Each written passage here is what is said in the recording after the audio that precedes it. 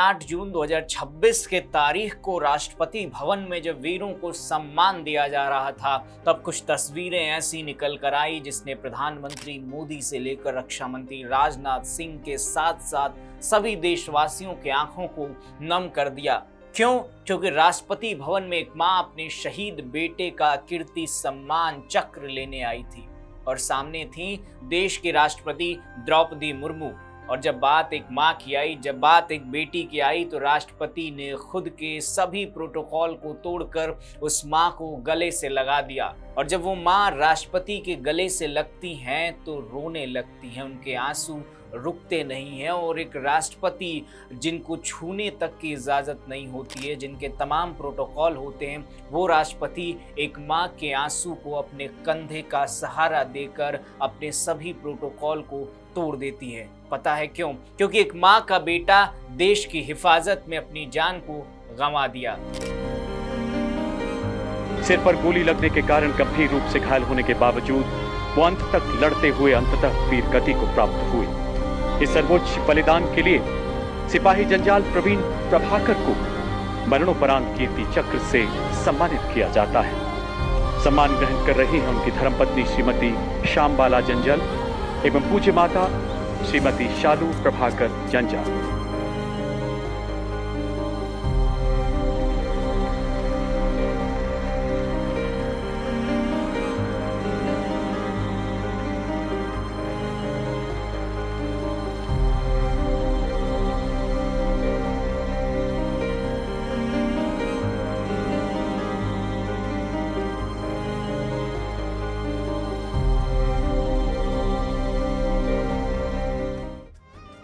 दोस्तों, देश के सर्वोच्च संवैधानिक पद पर बैठी राष्ट्रपति द्रौपदी मुर्मू, उन्होंने प्रोटोकॉल की सीमाओं को पीछे छोड़ दिया और आगे बढ़कर उस मां को गले लगाया जिसने अपने बेटे को देश की हिफाजत के लिए जान गंवा दिया था। एक तरफ देश की राष्ट्रपति, दूसरी तरफ देश के लिए अपना बेटा खो चुकी मां थी और दोनों के बीच थे बहते हुए आंसू।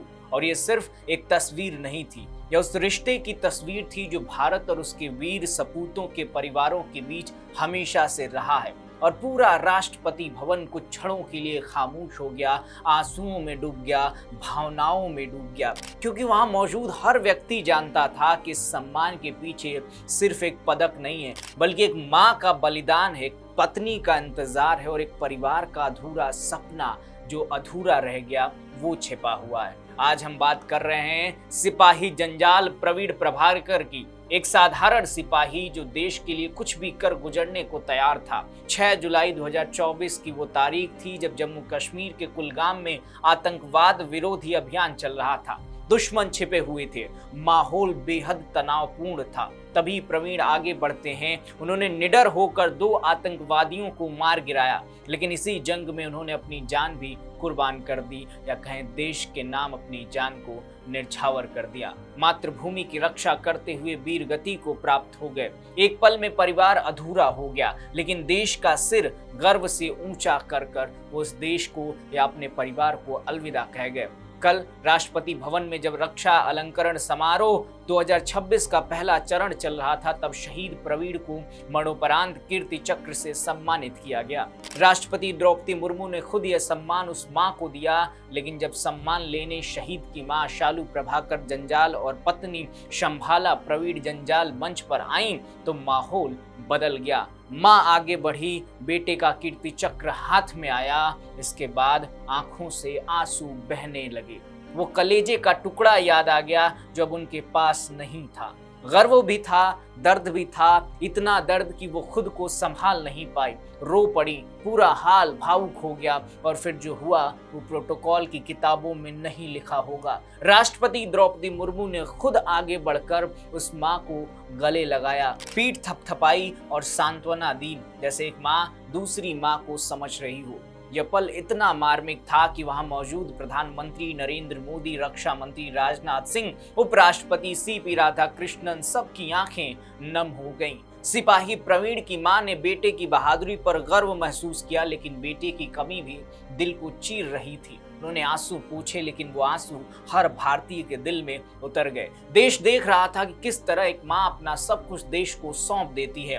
प्रवीण ने सिर्फ 2 आतंकवादी नहीं मारे थे, उन्होंने आने वाली पीढ़ी को यह संदेश दिया था कि देश की मिट्टी कितनी पवित्र है। उनकी बहादुरी की कहानी अब स्कूलों में, घरों में, जवानों की ट्रेनिंग में सुनाई जाएगी और कल की जो तस्वीर है उसको दिखाकर भी ये बताया जाएगा उन दुश्मन देशों को कि देखो, हमारे देश में माँ अकेली नहीं होती है। जब बात माँ पर आती है तो देश का जो सबसे बड़ा व्यक्ति है, राष्ट्रपति, वो उसको सांत्वना देता है, उसे संभालता है। इस समारोह में सिर्फ प्रवीण ही नहीं, कई और वीरों को भी सम्मान मिला। मेजर आशीष कुमार को शौर्य चक्र मिला। नवंबर 2024 में अनंतनाग में उनके नेतृत्व में चले लंबे ऑपरेशन में 2 आतंकवादी ढेर हुए, जिनमें एक A++ कैटेगरी का आतंकवादी भी शामिल था।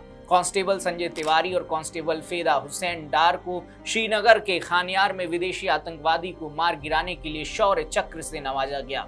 सहायक commandant Mohammad Shafiq, lieutenant commander Suraj Parashar, Ram Goyal और कांस्टेबल सद्दाम हुसैन को बांदीपोरा के चुंटावाड़ी ऑपरेशन में दुश्मन की भारी गोलीबारी के बीच दिखाए साहस के लिए सम्मानित किया गया। इसी के साथ सहायक कमांडेंट विपिन विल्सन को मणिपुर के जिरीबाम में 10 हथियारबंद आतंकवादियों का सामना करते हुए जो बहादुरी दिखाई, उसके लिए शौर्य चक्र से सम्मानित किया गया।